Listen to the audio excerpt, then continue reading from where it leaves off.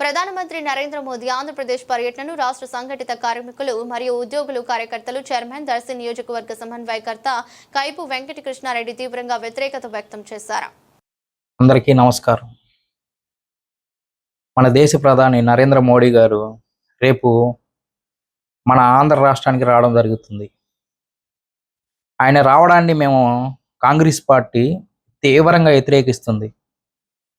ఎందుకంటే గతంలో తమరే చెప్పారు, తిరుపతి శ్రీ వెంకన్న సాక్షిగా ప్రత్యేక హోదా అన్నారు, వెనుకబడిన జిల్లాలకి ప్రత్యేక ప్యాకేజీ అన్నారు, విశాఖ స్టీల్ ప్లాంట్ని ప్రైవేటీకరణ చేయమో అన్నారు, అట్లాగే కడప స్టీల్ ప్లాంట్ అన్నారు.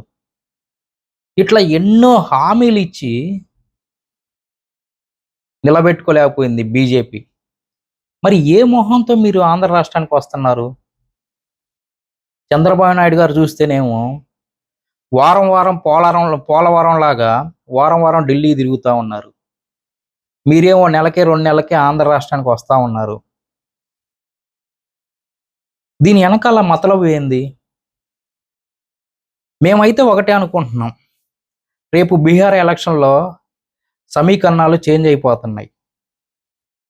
అక్కడ ఏదైతే మీరు అనుకుంటున్న కూటమి ఉందో గెలవదని మీరు అనుకుంటున్న మీకు అయితే అర్థమైపోయింది ఈ సర్వేల్లో. ఆయన పోయి మళ్ళీ ఈ ఆంధ్ర రాష్ట్రంలో ఉన్న చంద్రబాబు నాయుడు గారు ఏమన్నా మనకి వ్యతిరేకం అవుతారేమని భయపడతా ఆంధ్రాకి వస్తున్నట్టుంది మీరు. ఇది ప్రతి ఒక్కరికి అర్థమవుతుంది, మాకే కాదు ప్రతి ఒక్కరికి అర్థమవుతుంది మీరు ఎందుకు ఆంధ్ర రాష్ట్రానికి ఎన్నిసార్లు వస్తున్నారో. ఒక్క హామీ నిలబెట్టారా? ప్రత్యేక హోదా ఏమైపోయింది? మీరు ఇప్పుడు ఇదే రాయలసీమకు వస్తున్నారు.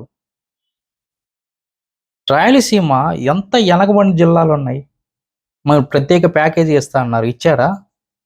కడప స్టీల్ ప్లాంట్ అన్నారు, ఇచ్చారా? ఇవ్వలేదు కదా. ఏ మొహం పెట్టుకొని వస్తా ఉన్నారు? దీన్నైతే కాంగ్రెస్ పార్టీ తీవ్రంగా ఖండిస్తుంది.